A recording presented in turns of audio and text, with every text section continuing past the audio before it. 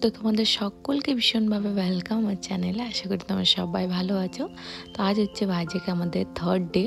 আজ আমরা বেরিয়েছিলাম ভাইজ্যাকে যা আউটসাইড সাইট সিন করতে, সেগুলোকে কভার করে তারপরে আমরা রুমে এসেছিলাম। তো তারপরে বেরিয়েছিলাম বাবুর জন্য একটা কেক নেওয়ার জন্য, যেহেতু আগের দিনও জন্মদিনটা ছিল, সেদিন কোনো কেক কাটিং করতে পারিনি।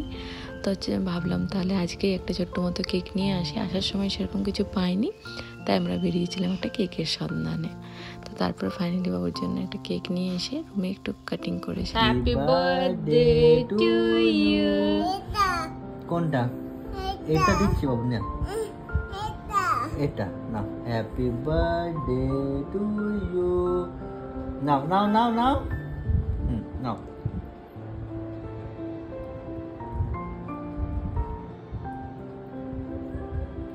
হ্যাপি বার্থডে টু ইউ আমার সোনু বাবু।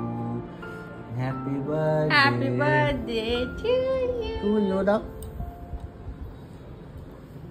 খাও খাও খাও খাও খাও।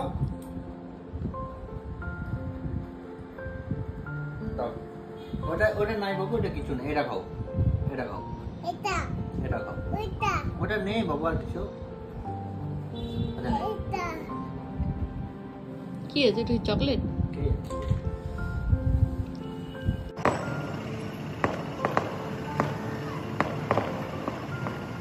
তো বাবুর এবারে জন্মদিনটা যেহেতু একদমই কালী পুজোর আগে পড়েছিল না, তার জন্যে চারিদিকে এত পরিমাণ বাজি ফাটানো হচ্ছিল, মানে কিচ্ছু বলার নেই। আজকের দিনটা হচ্ছে অ্যাকচুয়ালি কালী পুজোর আগের দিন, মানে দেওয়ালির আগের দিন ছিল।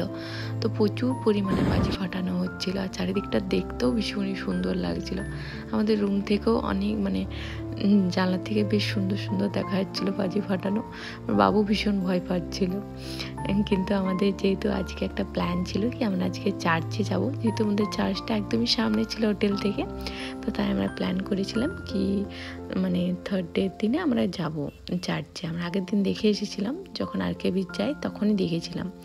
তো তাই যেমন ভেবেছিলাম সেই ভাবার মতোই আমাদের সাইট সিন যেহেতু হয়ে গিয়েছিল, আর বাবু জন্মদিনও ছোট্ট করে কেক কাটিংও হয়ে গিয়েছিল, তো আমাদের বাইরে আসতেই হতো খাবারের জন্য।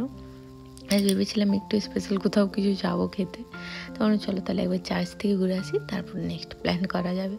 তো এটা হচ্ছে একদমই আমাদের, মানে যে হোটেল আমাদের ছিল ওয়াল্টার অ্যাপোর্ট থেকে একদমই ওই 10 মিনিট মতো পায়ে হাঁটা পথে এই চার্চটা। তো আমারও অনেক দিনের শখ ছিল চার্চে আসার, তো ফাইনালি সেই শখটা আমার পূর্ণ হয়েছিল। তো আমার তো ভীষণই ভালো লেগেছিল।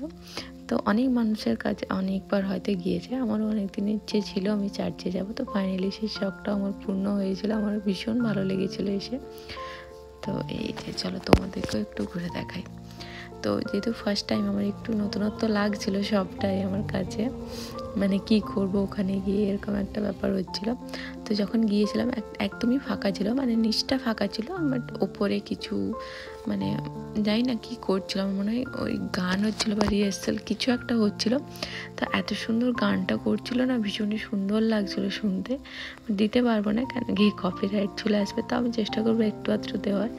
তো খুবই সুন্দর লাগছিল শুনতে। তো আমরা চার্চ থেকে বেরিয়ে পড়েছি। তো চার্চ থেকে বেরিয়েই এই হচ্ছে চার্চের বাইরের ভিউটা, এই যে দেখে নাও এটাই। তারপরে আমরা গিয়েছিলাম বিরিয়ানিস। আগের দিন যেহেতু বাবুর জন্মদিন ছিল, তো আমরা ভেজ খেয়েছিলাম, আমাদের প্ল্যান ছিল একদিন বিরিয়ানি খেতে আসবো। তো এখানে আসার কোনো প্ল্যান ছিল না, সামনে যখন দেখলাম তো চলো তাহলে যাওয়া যাক।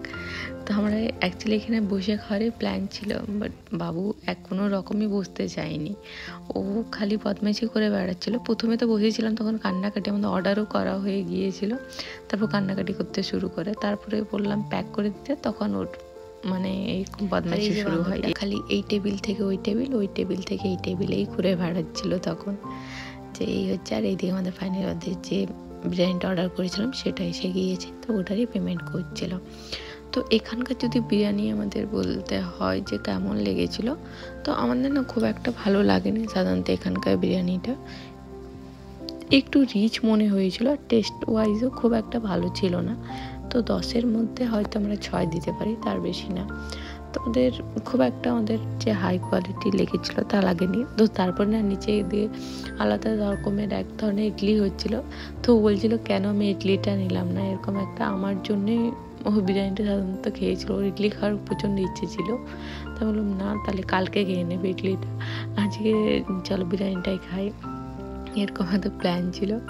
তো এই করে আমাদের মানে যতটা আশা নিয়ে গিয়েছিলাম ঠিক ততটা আশা ফুলফিল হয়নি আমাদের, এই হয়েছিল। আর এই যে আমার বাঁদরটা এরকম করছে, বদমাইশি হচ্ছে। আর এখানের মানে প্রতিটা খাবারই এত পরিমাণ ঝাল। তো তোমরা যারাই বাচ্চা নিয়ে বাইরে খাচ্ছো তারা না মানে নিজেরা খাবার প্রিপেয়ার করে বাচ্চাদের খাওয়ার মানে প্ল্যান নিয়ে এসো, কেন কি এখানকার খাবার দাবার বাচ্চারা খেতে পারবে না, এত পরিমাণে না মানে এরা ঝাল ইউজ করে। তো এই হচ্ছে। তো আমি যদিও মানে বাবুর খাবারটা রেডি করে এসেছিলাম কি আমরা খেয়ে, তারপরে ওকে খাইয়ে আমি এনেছিলাম। তো তারপর ভাবলাম কি আমরা খেয়ে দিয়ে গিয়ে তারপর ওকে খাওয়াবো। তো এই যে আমাদের বিরিয়ানি নেওয়া হয়ে গিয়েছে, এবার আমরা যাচ্ছি আমাদের হোটেলের দিকে। তারপর রুমে গিয়ে খেয়েছিলাম। তো চলো আবার তোমাদের সাথে দেখা হচ্ছে একটা নতুন ভিডিওর সাথে। তো তোমাদের ভিডিওটা কেমন লাগলে জানাবে, যদি ভালো লেগে থাকে তাহলে একটা লাইক করো।